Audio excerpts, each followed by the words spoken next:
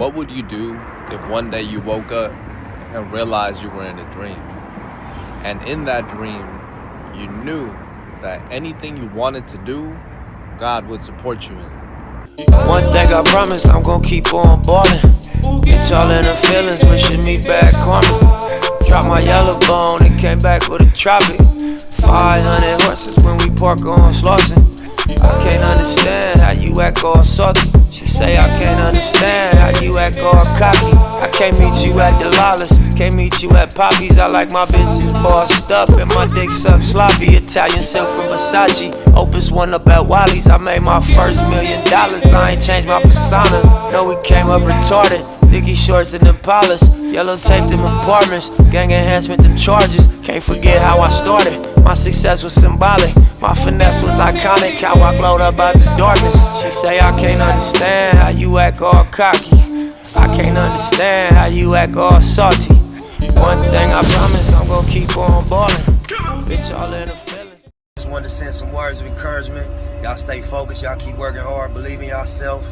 Prove everybody that doubts y'all wrong. Show up every day, stay pure, keep your heart pure. Stay motivated, stay inspired, show love to your people. From Nip Hussle. My people, what's good? For those of you who don't know me, my name's Alexis. I'm an artist, audio engineer, producer. I own a non-profit organization. I own a health company. I'm a dad. I'm a first-generation American. I don't know what else. I'm a human, you know what I mean? Out here living consciously. But anyway, today I am in the studio, and it's a big day because I've been in this journey recently of I am freeing myself from the 9-to-5 slavery to pursue my passions and live through the giving of my gifts. And that has been a journey. Today is Tuesday, February 13th. It is week number 3 for me of being outside of work. This year I knew that it was going to be a little bit different. I've been doing a lot of growth. My daughter is 1.5 years, and her birth just started like a big transformation for me. And it's been a frustrating 1.5 years, but at the end of it, I got to a point where it's like, okay, I'm back to stable, you know what I mean? Stable living, stable thinking. And now I'm able to go carry out my mission, right? And that is to, really, but the big mission is to just revolutionize the way that we live, because we're not living in a way that is beneficial for humans or the earth, right? And so that's a big mission, just to change the world. But in smaller scale is to, again, give my gifts to the world. So for one, I'm an artist. I have a story to tell, and not just my story, but I have stories to tell at this point, things that I've carried that I know that God needs me to speak on. I'm doing, again, the health company because we need to revolutionize the way that we live. My daughter's not going to go through all the things that I went through to get to, a good standard of living. You know what I mean? No, and it's not just her, it's everyone's children, right? Everybody. We're creating a community with a nonprofit organization where we're helping each other, right? We live in a country of abundance, overabundance, and selfish abundance. And so, again, how do we connect as a community? How do we help each other out? How do we, detach a little bit from, these possessions that they make us think are so important? And so yeah, that's what we're doing. That's how we're gonna do it, right? That's how we're gonna start off. I do want to say that this journey for me, what I'm doing right now is a leap of faith, right? Is jumping into my knowingness, jumping into my faith, my knowing in God. And I'm not religious, but I do. I am not even close, because I don't want to think of myself like I'm outside of God. I see myself as a being of God, right? I see us all as beings of God, but at the end of the day, it's the story or the perspective that you tell yourself in your head that, that's what you're going to believe. That's what's going on. That's what, at the end of the day, is going to decide what your life is. And for me, I know that I'm a being of God, you know what I mean? And, I found God outside of a religion, you know what I mean? I found God in the depths of depression, and, little by little I ended up here. And so now it's like, okay, I quit my job, I put in my 2 weeks, God led me like, hey, like, you're capable. I was getting jobs for production. I have a production company as well, I forgot to mention that. I'm in the recording studio. I do photography, videography, we do live sound, we do, my mom decorates, so we do weddings, quinceañeras, baby showers, all kinds of stuff. But so I was starting to get booked for that, to the point where it was conflicting with my 9 to 5, which was a dope 9 to 5. I was a PE coach at a migrant center where we hosted, kids while they were united with their family. So it's not like I was working a bullshit job. I have, and so the contrast is big because, those kids would, hear my story, or I'd be able to see them a little bit different than everybody else because I moved to this country when I was 8. And so I would be able to help them out a little bit deeply. And so it was still a purposeful job, but it got to the point where it was like, okay, bro, like I'm supposed to be doing more than this. And so I got so uncomfortable that it was just like, okay, I know it's time to move.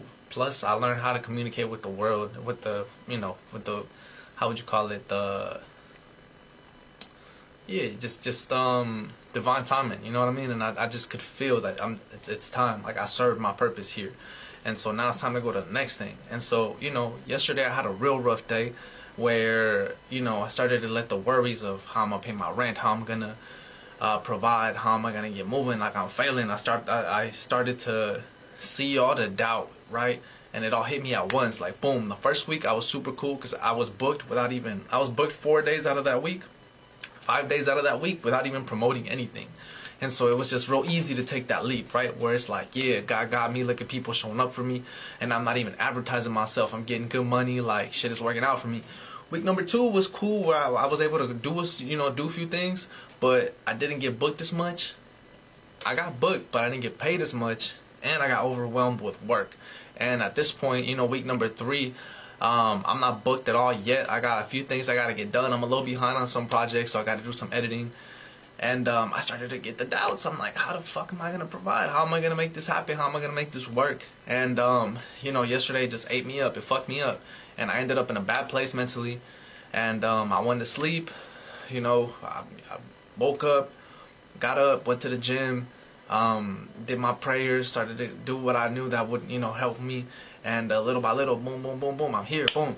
And I'm in the studio. And, this is one of the things that I've been avoiding a bit, because there lies like childhood traumas that just, I don't know, fucking don't let me express how I want to express, you know what I mean? That don't let me be how I want to be, or I'm not around certain people like this because I'm ashamed or I'm scared of being judged. And so this place has been a little bit conflicting for me, but God has led me here, and I know that this is where I'm supposed to be. I've been an engineer for a long time. I've produced for a minute, and not necessarily in the I'm gonna make beats type of producer. More so think about like I'm orchestrating instruments, and I'm orchestrating people to move or perform a certain way. And I knew that I always wanted to do something, you know what I mean? And a little bit here, a little bit there. Eventually I started to get out of my shell. And it's been years, and the homies been giving me shit like, bro, you should have been done this. You what the fuck are you doing? You say you're gonna do it and don't do it. And that's me. I would just not do it. But I finally got to the point where it's like, all right, bro, like I have a bunch of songs. Probably have like a 30-song catalog of unfinished songs that I started and didn't finish, that I actually fuck with heavily. And it's time for me to embrace that. Like this is what is required. Like yesterday I was sitting down, I'm like, what the fuck do I need to do? How do I promote the fact that I'm an engineer, that I'm back in the studio, and like I don't really have people to work with right now? It's like, bro, you gotta fucking start doing shit yourself. It's what I'm supposed to be doing. And that is one of the biggest lessons that I learned while in this journey, is that we tend to avoid the uncomfortable. We tend to avoid what we're supposed to do. Like the next move, you could be fucking sitting back waiting to do something else, when the whole time the thing that's gonna break you through your battles, is gonna break you through the phase of level of living that you are, is going and doing the uncomfortable shit that is gonna make you happy anyway. That's what you want to do anyway. You just gotta actually work through the uncomfortableness, to be vulnerable, to be able to do what you gotta do in whatever case and however that looks like for you, because it's just gonna look like, it's gonna look different for everybody. For me, it's making music and putting it out into the world. It's gonna make no fucking good for me to come in here, make a song, and just keep it in my fucking phone. And so today is exactly what we're gonna do, my people. I'm gonna get in here, I'm gonna make a song. I'm aiming for, it'd be cool to make a full song, but if I just make a minute of something that I really fuck with, I'm gonna be happy. So we're gonna make a minute today. I'm gonna aim for a minute song. But yeah, we'll see what we get. So we're gonna start today with a beat. We're gonna start, I don't have a beat yet. I have a few beats from a few producers, some of the homies, but we're just gonna go off of YouTube beats. Typically, somehow the beat that I'm gonna end up doing comes to me. You know what I mean? I feel like I'm in here with a purpose, and so I know that God's gonna bring me my beat, and so that's what we're gonna go. That's what we're gonna go through right now. So yeah, let's get started.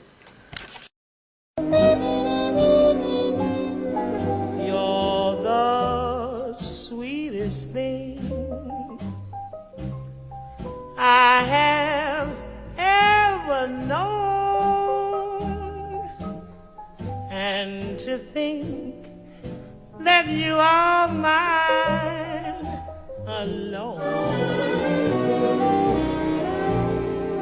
There is no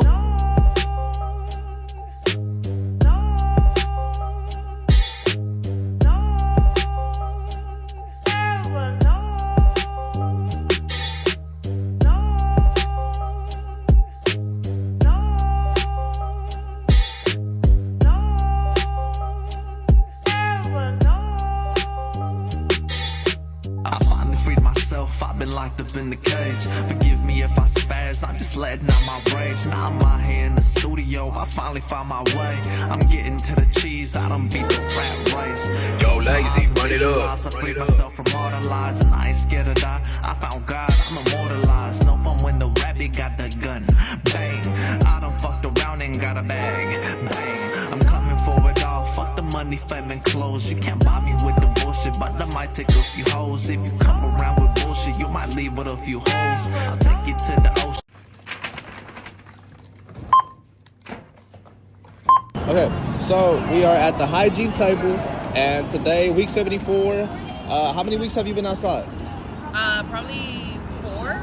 4 weeks? Yeah. Okay, yeah, you've been outside for a little bit. You're one of our TikTok veterans. Yeah. We appreciate you. What is that? What's it been like outside today? What do people really need, and how can people help? It's been great. We're looking really at hygiene, which is toothbrushes, razors are really popular, toothpaste. The body wipes are super helpful for them. First aid kits, lotions because of the weather and dry skin, and deodorants are the most wanted items. Yeah. Shaving cream to go with the razors. But yeah, soaps, anything like that is quick, that is disposable for them as well. Those are the most wanted items right now. Anything that we don't have that you think that we do need? We definitely need shaving cream, lotion. Those are the ones that we don't have. Yeah. What else? More deodorants and yeah, I think shaving cream, lotion, and chapstick. Chapstick. Cool. Yeah. Thank you.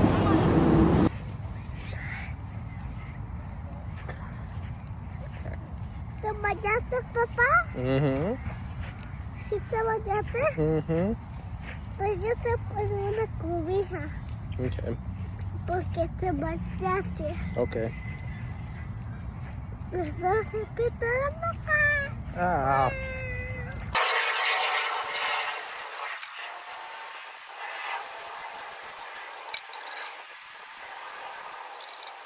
I've been counting money for it on backtrack. Every night I pray to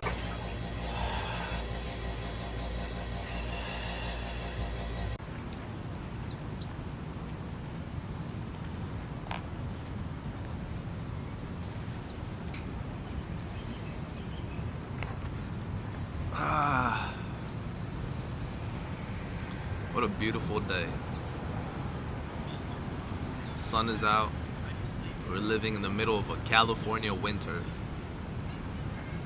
You know, I came here today because I needed to connect with God more than anything.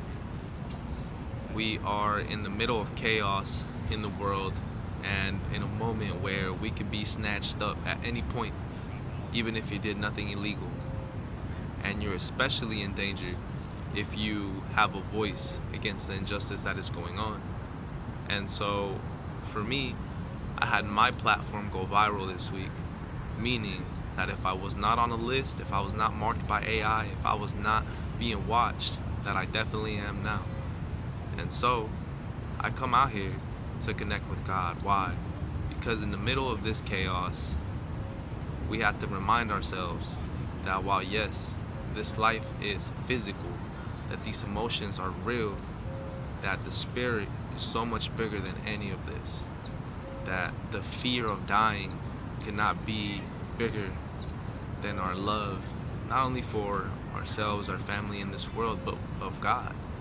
And if you've truly done the work to connect to God, to find meaning beyond the ego and beyond just the individual, you will see the truth that is to be connected to this world, to be here momentarily, you know, for this little bit of time that we call life. And so my people, I come out here to absorb the gifts of nature, the stillness of life, the healing properties of water, the love that is the sun, and just to pass forward this message that although yes, the world is chaotic right now, God is always constant, never leaves. And don't let him use fear against you, because one way or another we're gonna die. So we must take control of the narrative, we must take control of the moment and live not with fear, but do our best, because that is all we can do at the end of the day. Thank you all for the love. Peace.